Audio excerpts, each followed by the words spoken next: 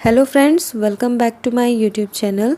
आज हम बात करने वाले हैं हैवी पीरियड्स के बारे में, जिसे मेडिकल लैंग्वेज में मेनोरेजिया भी कहा जाता है और लोकल लैंग्वेज में पीरियड्स के दौरान ब्लीडिंग का ज़्यादा होना भी हम कहते हैं।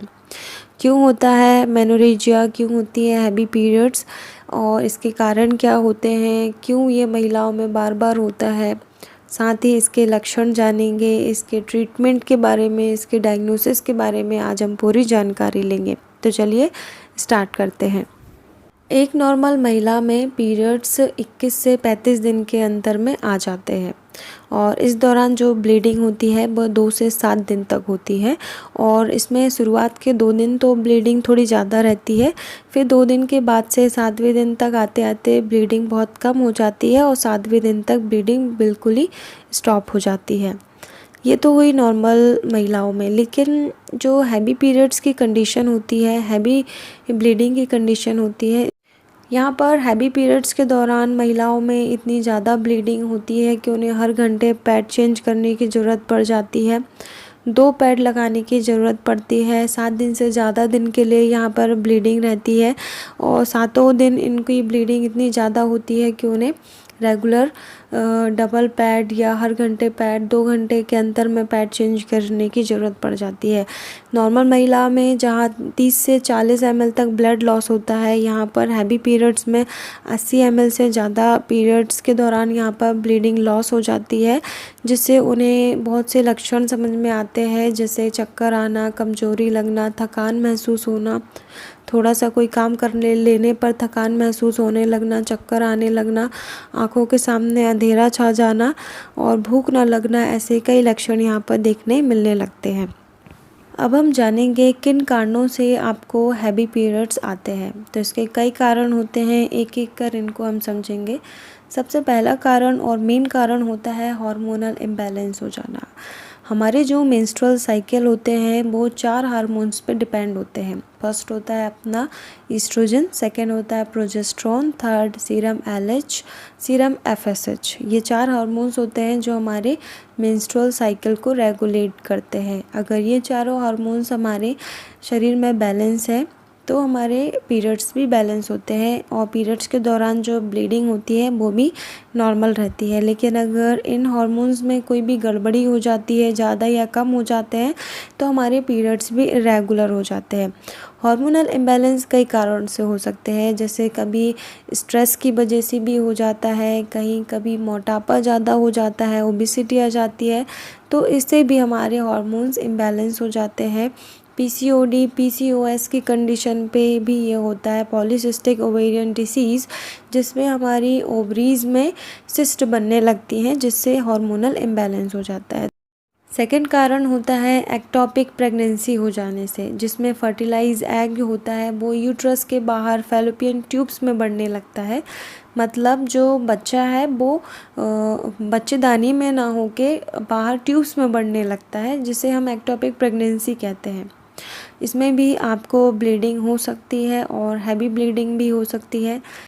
थर्ड रीज़न होता है इंट्रा यूट्राइन डिवाइस का इस्तेमाल करने से कई महिलाओं में ब्लीडिंग होने लगती है और कई महिलाओं में बहुत ज़्यादा ब्लीडिंग होती है, जिसकी वजह से उन्हें इंट्रा यूट्राइन डिवाइस को रिमूव करवाना पड़ जाता है। चौथा कारण होता है गर्भाशय में, मतलब बच्चेदानी में पॉलिप बन जाना। यूट्रस की लेयर्स में पॉलिप बढ़ने लगते हैं, जिससे हार्मोनल इम्बैलेंस हो जाता है और यहाँ पर ब्लीडिंग होने लगती है, जिससे बहुत ज़्यादा ब्लीडिंग भी यहाँ पर हो सकती है। इसके अलावा पेल्विक इन्फ्लामेटरी डिसीज़ हो जाना, पीआईडी, जिससे आपको बैक्टीरियल फंगल इन्फेक्शन हो जाता है। पीआईडी की कंडीशन में इन्फेक्शन आपके यूट्रस में, फैलोपियन ट्यूब्स में हो सकता है, यहाँ तक कि ये इन्फेक्शन आपके ब्लैडर में भी जा सकता है, जिससे आपको यहाँ पर बहुत ज़्यादा इन्फेक्शन हो जाता है और ब्लीडिंग की संभावना यहाँ पर बढ़ जाती है। बच्चेदानी में फाइब्रॉइड ट्यूमर की वजह से भी ब्लीडिंग हो सकती है। बच्चेदानी में कैंसर की वजह से भी यहाँ पर ब्लीडिंग हो सकती है। ओवरीज में कैंसर होने से भी ब्लीडिंग हो सकती है, तो यहाँ पर आपको थोड़ा सा सावधान रहने की ज़रूरत पड़ जाती है। इसके अलावा गर्भाशय में सूजन होने की वजह से भी आपको ब्लीडिंग हो सकती है, जिसे एडिनोमायोसिस भी कहा जाता है। कई बार मिसकैरेज में भी आपको ब्लीडिंग ज़्यादा हो जाती है। जैसे कई महिलाओं को पता भी नहीं चलता है, उनको महीना रुका हुआ है और किसी कारण से मिसकैरेज हो जाता है, अबॉर्शन हो जाता है और ब्लीडिंग ज़्यादा हो जाती है। कई महिलाओं को डॉक्टर्स द्वारा खून पतले करने वाली दवाइयाँ प्रिस्क्राइब की जाती हैं किसी कंडीशन के तहत, तो इस दौरान भी उन दवाइयों से आपको ब्लीडिंग ज़्यादा हो सकती है। अब हम बात करेंगे डायग्नोसिस के बारे में। कैसे आप डायग्नोस करेंगे कि आपको मेनोरेजिया की कंडीशन है या हैवी पीरियड्स आ रहे हैं।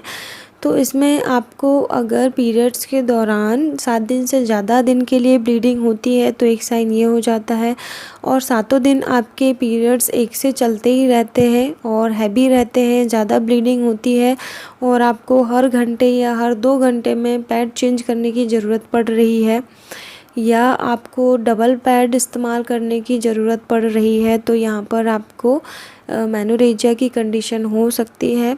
इसके साथ ही अगर आपको पीरियड्स के दौरान खून के थक्के, बड़े बड़े आकार के थक्के यहाँ पर आ रहे हैं, तो ये भी एक साइन हो सकता है। इसके साथ ही पीरियड्स के दौरान आपको बहुत तेज़ पेट के निचले हिस्से में दर्द महसूस होता है, जकड़न महसूस होती है। साथ ही आपको थकान महसूस होगी, कोई भी काम करने पर आप जल्दी थक जाएंगे, चक्कर आएंगे आपको। आप अगर बैठे हुए हैं और खड़े होएंगे तो आपको चक्कर आएंगे, आपकी आँखों के सामने अंधेरा छा जाएगा, सांस फूलेगी। ये कई लक्षण यहाँ पर आपको देखने मिलते हैं। इसके बाद जब आप डॉक्टर्स के पास जाएंगे तो यहाँ पर डॉक्टर्स के द्वारा आपका एग्ज़ामिनेशन करवाया जाएगा। फिर आपको ब्लड टेस्ट के लिए भी बोला जा सकता है। ब्लड टेस्ट में आपका हीमोग्लोबिन टेस्ट करवाया जा सकता है, थायराइड टेस्ट करवाया जा सकता है, प्रोलैक्टिन, LH, FSH डायग्नोज किया जाएगा। इसके अलावा आपका अल्ट्रासाउंड करवाया जा सकता है, जिसमें आपकी गर्भाशय में, पेल्विस में, अंडाशय में कोई भी बीमारी होगी तो वो आपकी जांच में आ जाएगी। इसके ट्रीटमेंट के लिए यहाँ पर डॉक्टर्स द्वारा आपको आयरन रिच फूड लेने के लिए बोला जाएगा। साथ ही आपको आयरन की टैबलेट भी प्रिस्क्राइब की जाएगी। आपको ज़्यादा पानी पीने के लिए बोला जाएगा, फ्लूइड्स लेने के लिए बोला जाएगा, जिससे आपको चक्कर में कमी आएगी, आपकी बॉडी जो है वो हाइड्रेटेड रहेगी। साथ ही आपको यहाँ पर ट्रिनेक्सिमिक एसिड दिया जाएगा ब्लीडिंग को रोकने के लिए। ट्रिनेक्सिमिक एसिड से आपकी जो एंडोमेट्रियम होती है वो थिन हो जाती है, जिससे आपकी ब्लीडिंग कम होगी। इसके साथ ही आपको यहाँ पर कॉन्ट्रासेप्टिव पिल्स भी दी जा सकती है, जिसे बर्थ कंट्रोल पिल्स भी हम कहते हैं। इसके अलावा हार्मोन IUD भी दिया जा सकता है, जिसके द्वारा आपकी जो एंडोमेट्रियल होती है वो थिन हो जाती है और आपको यहाँ पर ब्लीडिंग कम होती है। इसके अलावा क्यूरेटेज भी किया जा सकता है, एंडोमेट्रियल एब्लेशन भी किया जा सकता है, और अगर ज़रूरत पड़ती है तो यहाँ पर आपके यूट्रस को भी ट्रीट किया जा सकता है।